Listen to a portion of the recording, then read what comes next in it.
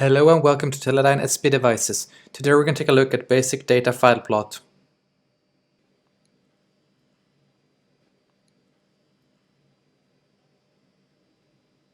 Four data files of different format is being opened for plotting.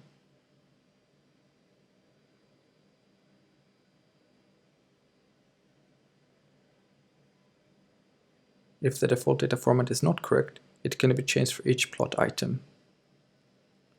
Users can dynamically choose to plot the whole data file or just part of the file.